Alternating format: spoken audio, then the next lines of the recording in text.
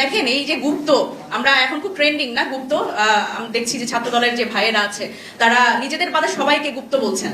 তো একই ক্যাম্পাসে তো আসলে আমরাও ছিলাম, তো আমরা তো আসলে দেখেছি যে কে আসলে কোন ভাবে কত ভাবে তারা আসলে গুপ্ত ছিল। আমরা দেখেছি যে যখন আসলে আওয়ামী লীগের সময় আমরা ছাত্র দলের ভাই বোনদের কিন্তু তখন আমরা খুব সামনে আসতে দেখিনি, তারা কিন্তু গুপ্ত হিসেবে ছিল, এই প্রমাণ কিন্তু আমাদের কাছে আছে। আমরা দেখেছি যে রাকিব ভাই এখন বাদ হয়ে গেছেন, সেই রাকিব ভাই কাঁটাবন পার হইতে পারে নাই।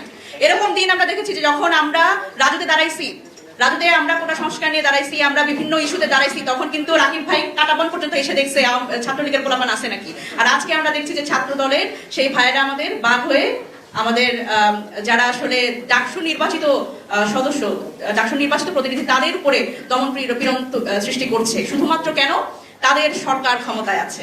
দেখেন আপনাদের হারের একটা বড় কারণ হচ্ছে এই দম্ভ। ঢাকা বিশ্ববিদ্যালয়ের শিক্ষার্থীরা আপনাদের কেন ভোট দেয় নাই, এইটা আপনাদের আসলে এই অ্যানালাইসিসটা আপনারা করেন নাই।